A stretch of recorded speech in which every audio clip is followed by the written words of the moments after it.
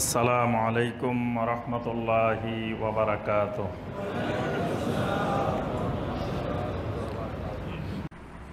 কারণ আমল কবুল হইতে হলে আগে লাগবে ঈমান, আগে লাগবে ঈমান। ঈমান না হইলে সব আমল নিষ্ফল। ঈমান যদি না থাকে তাহলে আপনার আমলে কোনো কাজ হবে না। তাহলে ঈমান আগে না আমল আগে? কিন্তু আমাদের অবস্থা হয়েছে আমল আগে ঈমান পরে। আমাদের অবস্থাটা হয়ে গেছে উল্টা, যে আমরা মনে করি আগে আমল তারপরে ঈমান। কিন্তু কোরআনে কারিমে আল্লাহ পাক যত জায়গায় দেখবেন ঈমান আর আমলের কথা বলছে, আগে বলছে কি ইল্লাল্লাযীনা আমানু ওয়া আমিলুস সলিহাত, আগে ঈমান তারপরে আমল। কারণ ঈমান দিয়ে যদি আপনি অ্যাকাউন্ট না খোলেন তা আমল করলে এগুলো জমা হবে কোথায়?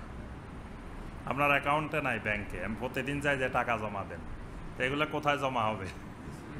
এগুলো অন্য মানুষের পকেটে চলে যাবে। এই জন্য আমল করার আগে ঈমান ঠিক করতে হবে। ঈমান ঠিক করে এবার আপনি আমল করেন, বাস আপনার ঈমানের অ্যাকাউন্টে জমা হবে। তাহলে ঈমান ঠিক করতে হলে কি কি জানতে হবে? আমরা ওই দিন বলছি, এক নম্বরে ঈমানের উসুল জানতে হবে। ঈমানের উসুল জানতে হবে। উসুলুল ঈমান কয়টি? মাশাআল্লাহ, সবাই জানে গেছে, দেখা যায়। উসুলুল ঈমান তিনটি। এই উসুলুল ঈমান শিখতে হবে, ঈমানের তিনটা উসুল। তারপরে ঈমানের আহকাম, ঈমানের আরকান। ঈমানের আরকান আহকাম শিখতে হবে।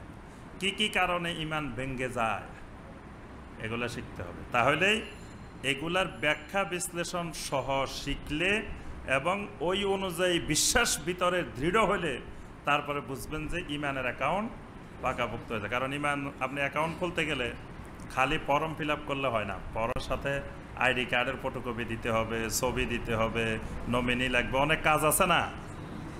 খালি ঈমান আনছেন বললে অ্যাকাউন্ট খোলা হবে না। এর সাথে এই জিনিসগুলা, ঈমানের এলেমগুলা লাগবে, এলেম। এই জন্য আল্লাহ পাক কোরআনে কারিমে বলছেন ফালাম আন্নাহু লা ইলাহা ইল্লাল্লাহ, তোমরা লা ইলাহা ইল্লাল্লাহর এলেম শিখো।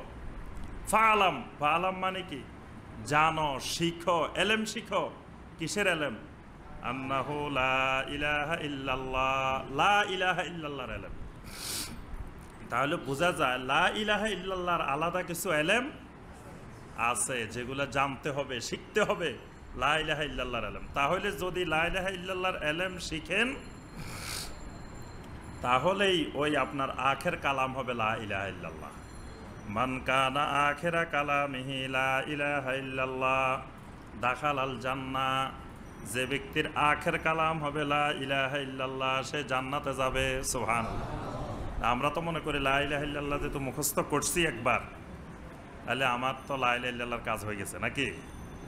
লা ইলাহা ইল্লাল্লাহ একবার বলা মানে লা ইলাহা ইল্লাল্লাহর স্টুডেন্ট হয়েছি, মানে লা ইলাহা ইল্লাল্লাহর স্কুলে ভর্তি হয়েছি।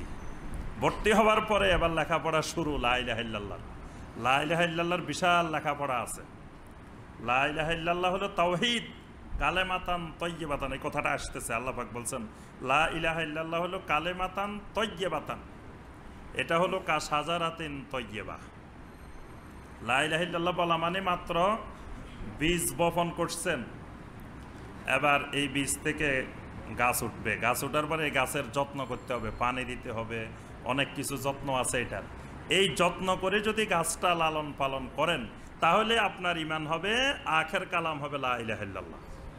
কিন্তু আপনি গাছটা উঠছে, ওঠার পরে আর কোনো খবর নাই, গাছটা মরে গেছে তাও খবর নাই, তারপরে গাছটা তুফান এসে ভাঙ্গি গেছে তাও খবর নাই, কোনো খবর নাই।